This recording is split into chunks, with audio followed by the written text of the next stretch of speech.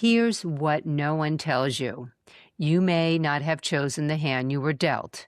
You didn't choose your genetics. You didn't choose every circumstance that shaped your life.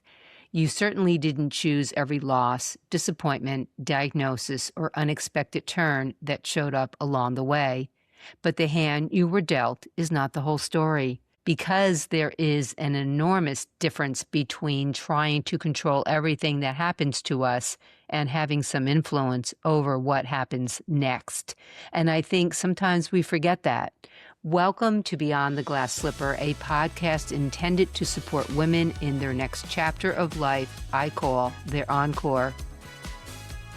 I'm Cindy, and my purpose is to build a community of like-minded women who want to support other women in their journey, and together we can embrace our encore years with intention, purpose, and curiosity.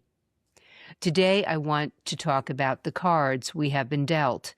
I believe there is some truth in that expression. Think about it.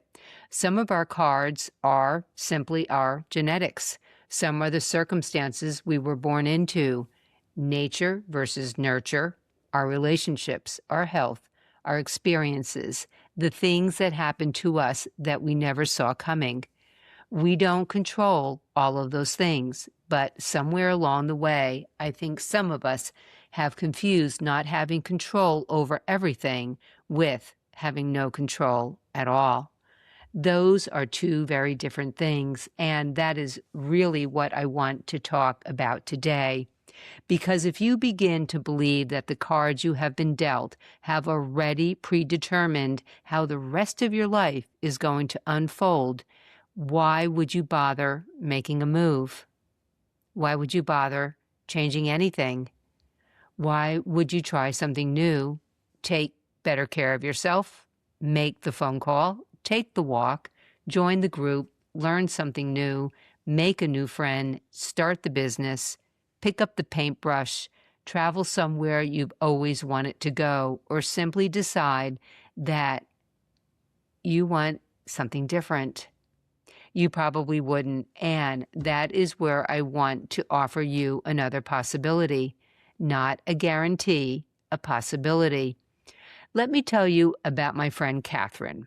She happened to call me while I was preparing this episode, and the timing could not have been better. Kathryn has been involved in a research study at the Alzheimer's Research and Treatment Center in Wellington, Florida. She was accepted into a clinical trial because of her family history. Her mother developed Alzheimer's disease later in life. So Kathryn knows one of the cards she may be holding. Genetics. She didn't choose that card. Every 6 months, she participates in extensive testing and blood work as part of this research. Her most recent results showed no evidence of the Alzheimer's related pathology they were looking for. Initially, she did very well on the testing and was accepted into the study. Kathryn is in her 70s. She still runs her own business full-time. She plays golf. She hikes. In fact, right now, she is on the sidelines, sporting a walking boot because she broke a bone while hiking in Banff, which probably tells you more about how she is living her life than anything I could say. She shared with me yesterday that she is so over wearing her walking boot and sneakers with a dress when she goes to meet with clients. And she's meeting most of them on a construction site, which means the ground that she has to navigate is really not easy to navigate in a walking boot. She takes care of her home and loves working in her garden, which gives her a strong sense of pride. She is involved with her 2 adult daughters, her grandchildren, and her great-grandchildren. She recently stepped down as board president of a nonprofit that supports women, and she maintains an active social schedule. And yes, she is doing my Brain Sparks Lock It In challenge with us this week. Partly, I suspect, because Kathryn is a really good friend and wants to support what I'm doing, but she is also doing it for herself. Kathryn is intentional about her health. She has purpose in her life. community and connection, and she stays physically active and cognitively engaged. If you've been listening to this podcast for a while, those probably sound familiar because she is touching all three pillars of Beyond the Glass Slipper: intention and purpose, community and connection, and mental health and cognitive wellness. But I want to be very careful here. Kathryn's lifestyle does not guarantee that she will never develop Alzheimer's disease. Her current test results don't guarantee what will happen in the years to come, and I would never suggest otherwise. Bad luck can be real. Genetics are real. Disease is real. You can do everything you were told was right and still get sick. That's the part we don't control, but here's the other part. Kathryn didn't choose her family history. She is choosing what she does with the information she has. That is ownership. That is intention. And I think that is hope. She isn't sitting around waiting to see how the hand plays out. She's playing it. And this brings me to something that I found fascinating when I started looking more closely at the research around purpose. A 2025 study from UC Davis followed more than 13,000 adults age 45 and older for up to 15 years. Everyone was cognitively healthy when the study began. Researchers found that people who reported a higher sense of purpose in their lives were about 28% less likely to develop cognitive impairment, including mild cognitive impairment and dementia. And there is another part of this study that really caught my attention. That association remained significant even after researchers accounted for several other factors, including education, depression, and ApoE4, a known genetic risk factor for Alzheimer's disease. Now, that does not mean that having a sense of purpose guarantees you won't develop dementia. It doesn't. This research shows an association. But think about how perfectly that fits into the conversation we're having today. We don't get to choose every card. We may have genetic risk sitting right there in our hand, but that doesn't mean there's nothing we can do. And I also want to talk about what researchers mean when they use the word purpose, because I think we can hear that word and immediately make it much bigger and more intimidating than it needs to be. Purpose does not have to mean having a job. It doesn't have to mean starting a business, accomplishing something enormous, or setting out to change the world. The UC Davis researchers describe purpose much more broadly. They talk about building it through relationships, goals, and meaningful activities. And I love that because that opens purpose up to all of us. Purpose can be simply working in your garden, learning to play golf, volunteering a few hours a week, taking care of your grandchildren, writing, walking with a friend, learning something you've always wanted to learn, creating something, helping someone, or simply having something in your life that matters enough to you that you look forward to doing it. And yes, it can also be starting a business at 66 years old because your life took an unexpected turn and you suddenly realized you had something you wanted to say.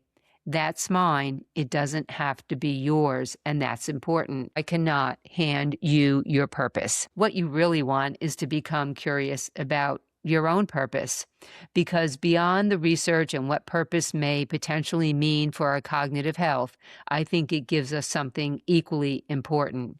It gives our lives direction. Not necessarily a rigid roadmap where we know exactly where we're going and how we're going to get there.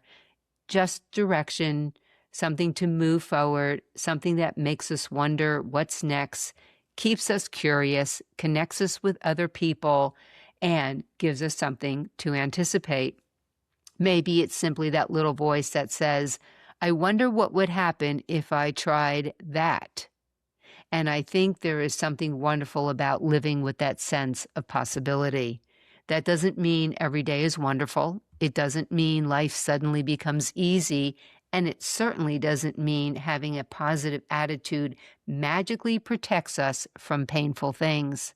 It means that when life hands us something we didn't ask for, we still have choices about what we do next. We've all heard the expression about making lemonade out of lemons. It's a cliche, but there's some truth buried inside of it. We don't always choose the lemons, but we often have a say in what happens after they land in our kitchen. I know something about that personally. My father had Alzheimer's disease. I was his primary caregiver for about a year before my mother and I finally acknowledged that caring for him at home had become more than we could safely manage. We made the decision that we thought was best for him and moved him into a memory care unit. When I talk about Alzheimer's disease, cognitive health, and the things we may be able to do to support our brains, this isn't simply academic for me. I know one of the cards that are in my hands. I can't change my family history, but I can ask myself, Cindy, knowing what you know, what are you going to do with it? For me, part of the answer is this podcast. It's writing, researching, learning, interviewing extraordinary people, creating brain sparks, building a community, staying socially connected, playing golf, staying connected with the people I love most, and who knows, perhaps finding the next love of my life. And as always, remaining curious. Those things are the fuel that fires my purpose. And importantly, they happen to provide my brain with stimulation, connection, movement, and challenge. Will that guarantee my future? Absolutely not. But I'm not looking for a guarantee. I am looking for the opportunity to influence what I can influence while building a life I genuinely enjoy living. And I think that's the distinction I was searching for when I started thinking about this episode. Control isn't the goal simply because no one can control everything. Agency is different. Agency says, that's happened. This is the card I was dealt. Now, what can I do with it? And maybe that is the question I want to leave you with today. Look at the one card you're holding on to. Maybe it's one you would love to discard. Instead of spending all of your energy asking, why did I get this card? Maybe ask yourself a different question. Is there a message in this card that I'd like to discard? What influence do I have over this? Is there something I can change or something I can learn? Is there something I need to understand differently? As I'm coming up with these questions, I want you to also keep in mind that if you're the type of person who journals, these could be great journaling prompts you may want to add into your journal. Sorry, let me get refocused here. Could something in this process ultimately bring more meaning, pleasure, or connection into my life? That's a great journaling prompt, by the way. Can I even find some sense of purpose in it? And if you're listening to this and thinking, Cindy, that all sounds great, but I don't know what my purpose is, don't put pressure on yourself to suddenly find it. Start with something much simpler. Ask yourself, what matters to me and where could I become a little more engaged with it? Research on purpose in later life gives us some very practical clues. Meaningful relationships, social connection, feeling that we matter to other people, and activities that give us meaningful goals can all contribute to our sense of purpose. Volunteering is another interesting example. Research in adults over 50 has found an association between volunteering and a greater sense of purpose and well-being. So think about what really matters to you. If you care deeply about animals, well, Maybe there's your answer. Maybe you spend a few hours volunteering at a shelter. If you miss being around people, maybe you reconnect with some old friend or join a walking group. If there is something you've always wanted to learn, take a class. You don't necessarily have to find your purpose before you begin. Sometimes you begin and your purpose finds you along the way. Stay curious about what makes you want to come back for more, what gives you energy, what makes you feel connected, useful, interested, or needed. This may be where your purpose is beginning to take shape. You don't need to figure out all of this today. Just start thinking about it, because the hand you were dealt is not the whole story. And as long as you're here, I believe there is always room for another chapter. That's what your encore is all about. And that's what I want Beyond the Glass Slipper to become. A place where women can have these conversations honestly, a place where we don't pretend aging is always easy or that positive thinking fixes everything, but also a place where we refuse to believe that our most meaningful years are necessarily behind us. This platform is being built for you, to encourage you, to support you, and most importantly, to remind you that you are seen and heard. And I want to hear your story. What card have you been dealt, and what did you do with it? Or maybe you're holding one right now and you're still trying to figure out your next move. Let's keep this conversation going. And before I leave you, I promised Kathryn that I would share information about the Alzheimer's Research and Treatment Center. They are currently enrolling participants in several clinical trials, and the center offers memory evaluations for those who qualify. The evaluation and testing associated with the study are provided at no cost. I have included the information for the Alzheimer's Research and Treatment Center in Wellington, Florida, including their contact information in the show notes if you would like to learn more. And if you're participating in this week's Brain Sparks Lock It In Challenge, keep going. We are exercising those brains together. And guess what, ladies? We are halfway through the challenge. If you're not participating and you'd like to join, simply email me the word brain and I'll send you the worksheet and instructions. My email address is cindy@beyondtheglassslipper.com. If you have a story you think another woman needs to hear, send that to me as well. Stories teach, connections heal. And sometimes hearing how another woman played the hand she was dealt is to see another possibility for our own story and the cards we are holding. Thank you for spending this time with me today. If this episode made you think of another woman, please share it with her. Share generously. This is your encore. And as always, remember to stay curious.